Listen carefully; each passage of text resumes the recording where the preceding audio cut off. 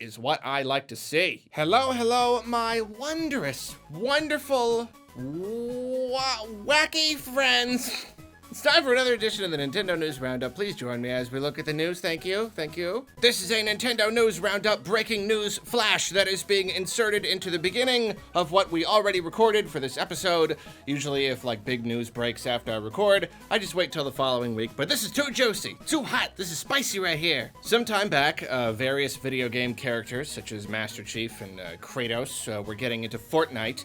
And Fortnite was doing a whole like bounty hunter thing, so lots of people were speculating that Samus could come to Fortnite. Nothing really came of that, but we've got a sort of a new development here. Some internal documents from Epic Games have been leaked, and this time we actually know who the leaker is.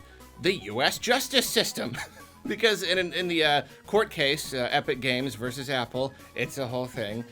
Some internal documents have been made public as like a part of the case. And within these documents, we can see concept arts for some characters that have already come to Fortnite, along with some that have not. One of those is obviously Samus. Pretty cool art too.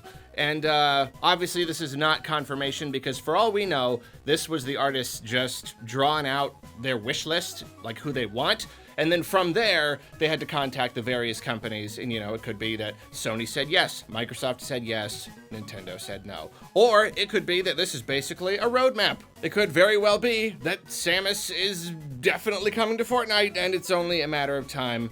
We really don't know at this point. And if this ends up being more of a thing, I don't know, I might still make an entire video. I'm not, like, the concept is so interesting that would make for a fun video, even if it doesn't, if it doesn't end up happening. Basically what I'll say though is, like, yeah, do it.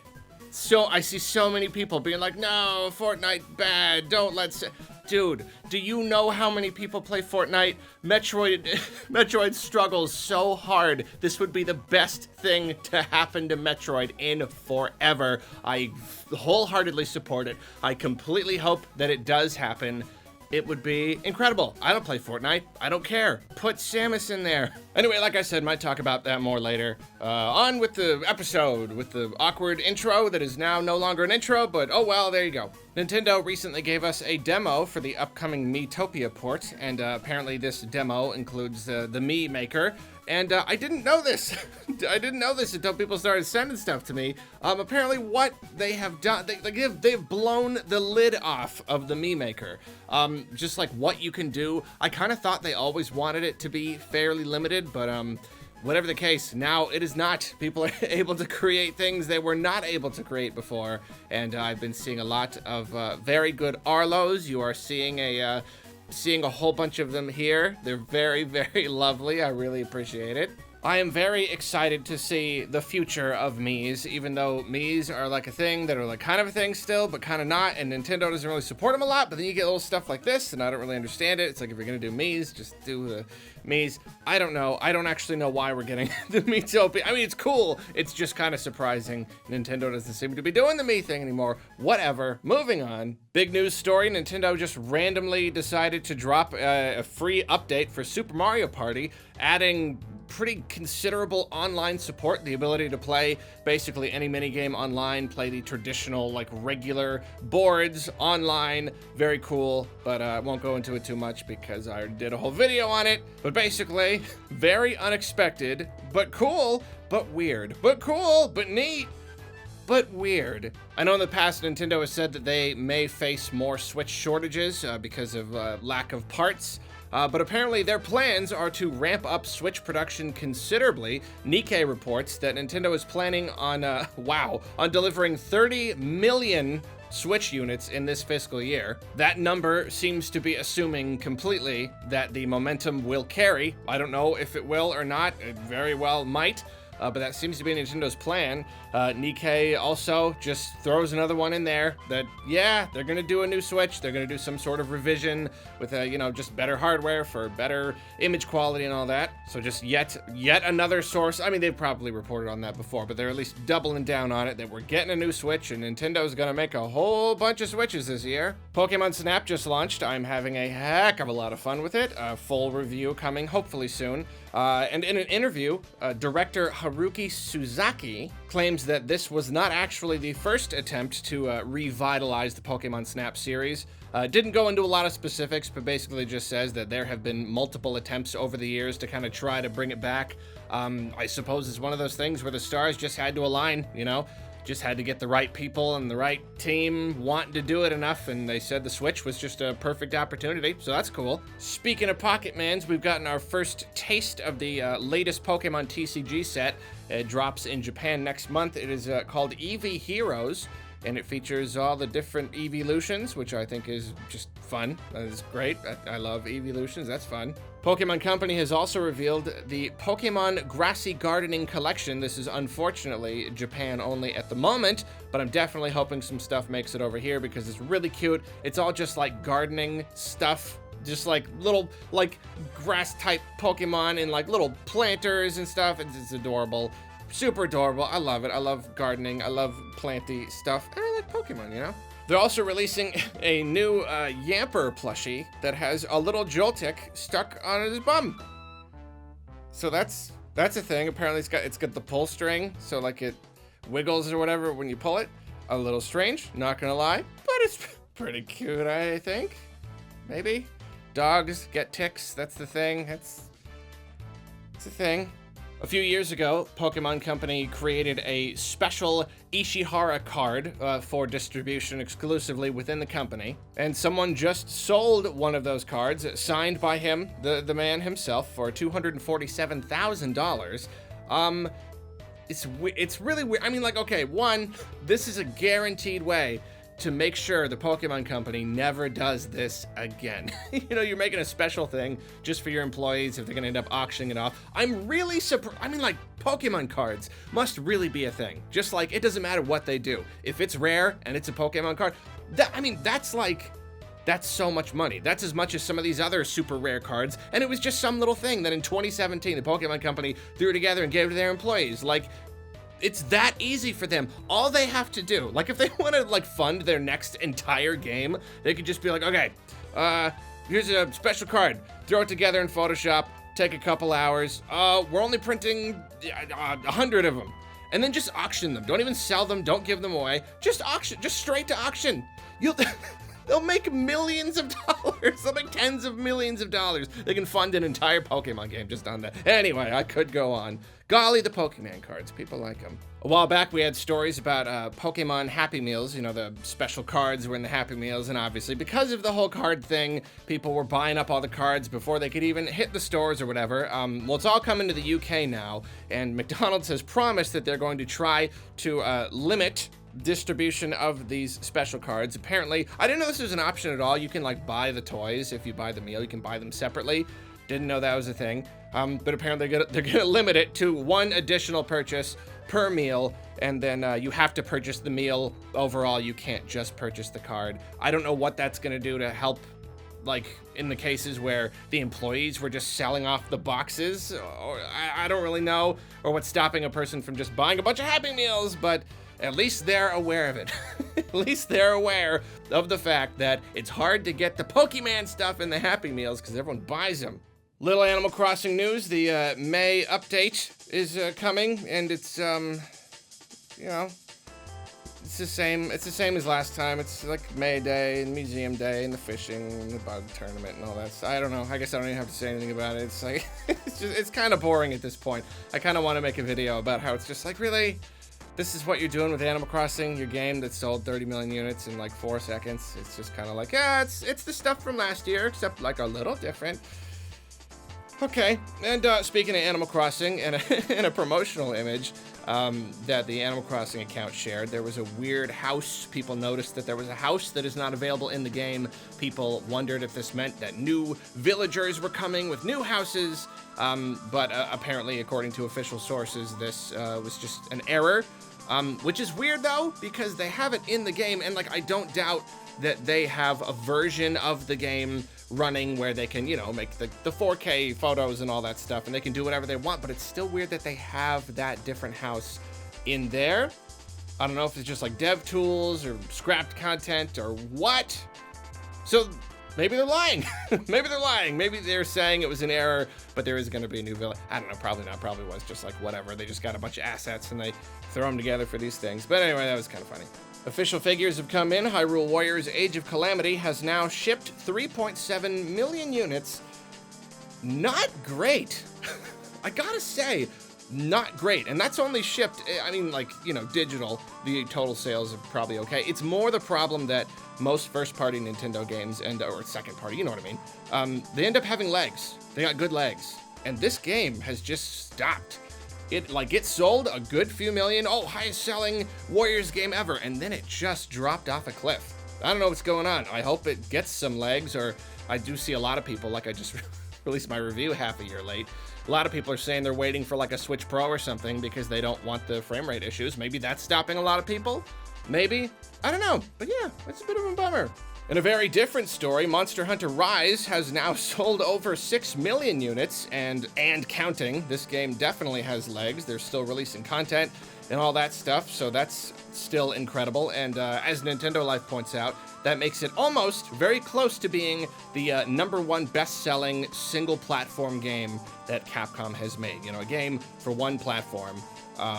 It's going to come to PC next year or something, so that won't be true forever, but that's still really, really impressive. 6 million units already, probably enough to pay for the development of the game several times over, making tons and tons of money, especially now that the update introduced like cosmetic stuff you can buy. Yeah, they're happy right now. They're real happy, and I'm still playing it. Still playing it, still enjoying it. According to Twitter user Luigi Blood, it seems that Famicom Detective Club has leaked, as most first-party Nintendo games seem to do these days. It is leaked online, so I don't know, beware of spoilers. I'm not seeing any other confirmation anywhere other than just right here, this person right here, that it's leaked, but I have no reason to doubt it. I don't know, they all get leaked. This is not strictly Nintendo news, but it's so interesting, I gotta say it. But it kind of is. Tetris. Okay, like professional competitive Tetris. They use the NES version. That's just like across the board what they prefer to use. And this is amazing because this applies to anything. How many times have you played a game and you're trying to figure out the best way to just tap a button real fast? You know, a mini game or something. And recently, most people use hyper tapping, especially in the competitive scene, where you just wiggling your fingers super duper fast. Really hard to do, really tough on the fingers. But even now, in the year 2021, people have discovered a faster way to tap a button on a controller. This is incredible, and it's revolutionizing the Tetris scene. It's called rolling, so instead of tapping the button, you're using your fingers to drum on the back of the controller to touch the button, to like press it into your thumb to press the button. Super interesting. This channel, A Game Scout, has made a really great comprehensive video about it. Super interesting, go check it out. I just thought that was interesting. Like all of this time later, competitive Tetris. And of course it's gonna spill out into other things too. Just still going. Still going. I got a friend who's like super duper into competitive Tetris. He's probably losing his mind right now. It has been too long since we've gotten a new doctor. Since a medical degree has been given to a Mario character. The latest one is Dr. Petey Piranha. Introducing Dr. Petey Piranha, everybody. Give him a hand. I love it. So apparently, back in the Wii glory days, THQ, the company, created a 24-karat gold-plated Wii and gave it to the Queen Elizabeth. And apparently she didn't really care, and somehow it ended up in the hands of somebody else. They're selling it for $300,000. So if you want a gold-plated Wii that may or may not have been played by the Queen, $300,000. It's yours for the low price, $300,000. Video games are weird. So recently, was it last week or the week before that? We talked about how Monolith Soft has been growing very steadily. Well, apparently, according to their website, they have 40 jobs on offer. They are growing substantially more. They're really going, and it seems like I still have not been able to find if it's 100% confirmed, but it seems pretty darn likely, especially based on these job listings, that they are indeed helping Nintendo with Breath of the Wild 2. I mean, why would they not be? They helped with the first one. And so now they're hiring 40 more people. They're obviously working on a bunch of other stuff, at least one big project, maybe even multiple, just based on how much they've been growing. Very cool, very awesome. Love it. I love this. I love how Nintendo bought Next Level Games. They're getting studios. They're growing the studios. That is what I like to see. Yes. In what is probably the just awesomest story of the week. Okay, you just living your life. You're eating a sandwich. I don't know. You're putting your pants on. Whatever. Terry Crews, localized Mother 3. He tweets, localized Mother 3. Terry Crews. You know, that guy, Terry Crews. Awesome guy. He's so cool. I've read a lot about him. He's one of the coolest guys in the entire world. And you know what? He's even cooler now because he wants a Nintendo localized Mother 3. I don't know why. I don't know what prompted it. Is he just a genuine fan and he just got it in his head? I don't know. But it's so cool. Listen to the man, Nintendo. You don't say no to Terry Crews. In an interview, Nintendo President Furukawa mentioned the idea of continuing with other animations even beyond the Mario movie. He says, animation in general is something that we are looking into and not just this franchise. This is a topic I've been meaning to make a whole video about. I gotta really soon. I've got to. Because it was like last year or something that Nintendo made a statement saying, like, we're gonna make more shows. Like, they literally just said, we are gonna dip into, like, animation and other stuff. This is just another little piece of that. And I haven't seen a lot of people talking about it. I feel like it's a really big discussion and a really big thing that they would say that. And yet we just haven't really, I don't know, maybe because we haven't seen the fruits of that yet. So it's a little harder to speculate. But yeah. I gotta make a video about that. I mean, that's amazing. We are going to start seeing more stuff. There's a Mario movie coming out. We're gonna see other stuff too. Like, that's incredible. What other franchises? Who knows? What are they gonna make? I don't know, but it sounds like for a good video. Now we got some fun fan stuff. The YouTube channel Nintendo Wire has apparently made multiple fun little like concept videos for demakes, you know, taking a modern game and seeing how it would look as an older game on older hardware. And recently, they did Pokemon Snap. What would Pokemon Snap look like on the Game Boy Color? This is particularly interesting because it's, I feel like mechanically, they've even like nailed that down too. Like you look at this video and you see it and you're like, that's the gameplay. That's it right there. They basically created the game. Like it just feels so genuine. I could easily imagine playing it. It's not just like a little, I don't know, it's not just a simple mock-up of like, look, it's that happening, it's that cutscene, but with pixel graphics. No, like, this is how it would legitimately be, playing on a Game Boy Color, and I love it. Another YouTuber, Densely something, has created an Animal Crossing short. This person has also made multiple of these, and of course I don't hear about them until Nintendo Life tells me, but others told me about this one. The latest short is kind of exploring the whole concept of auctioning off villagers to other players. It's fun. Give it a watch. They've got some other shorts too, which are all very good. One Pokemon fan has completed their quest to obtain every shiny ever. Every single shiny Pokemon. They did it. They did it. What else do you do after that? What else even is there to do? Train them all up? Perfect EVs, level 100 or something? I don't know, but that's pretty cool. Once again, I was not aware of this until Nintendo Life did a feature on it. Love you, Nintendo Life. You're listening. I love you. You're awesome. I'm